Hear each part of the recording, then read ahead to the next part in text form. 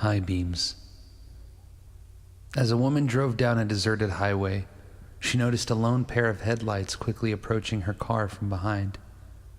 When the car came closer, she noticed that it was going to overtake her. The car drew up beside her, but then the driver suddenly swerved back behind her car. She started getting nervous and kept an eye on the strange car in her rear-view mirror.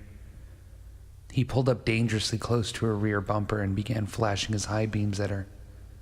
The headlights dimmed for a moment, but then the high beams flashed again, and the car behind her surged forward.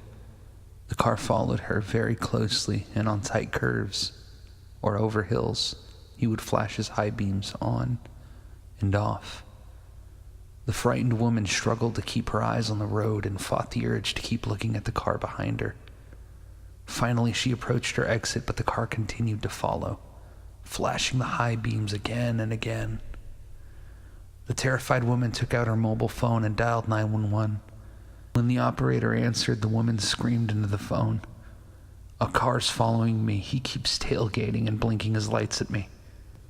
The woman gave her address, and in a few minutes she saw the red and blue lights of a police car in the distance. She breathed a sigh of relief as she pulled into her driveway, but suddenly the strange car pulled into the driveway behind her and began blinking its lights on and off like a maniac. The police car screeched to a halt on the woman's front lawn, and 2 police officers jumped out with their guns drawn.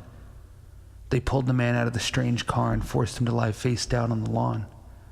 Then they handcuffed him as he screamed, "There's someone in her car! There's someone in her car!" The 2 policemen suddenly pointed their guns in the woman's direction and fired. The woman screamed, but when she turned around, she saw the bloody corpse of a murderer fall out of her back seat. There was a large butcher knife still clasped in his dead, cold hand.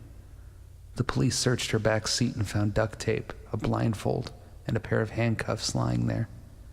The woman realized that the man in the strange car had been trying to save her. When the police released him, he explained, as he pulled up behind her car and his headlights lit up her back seat, he had seen a man with a butcher knife rising up behind her. Just as a madman was about to stab her, he flashed his high beams, and the figure crouched back down. I flashed my high beams every time I saw him raise the knife.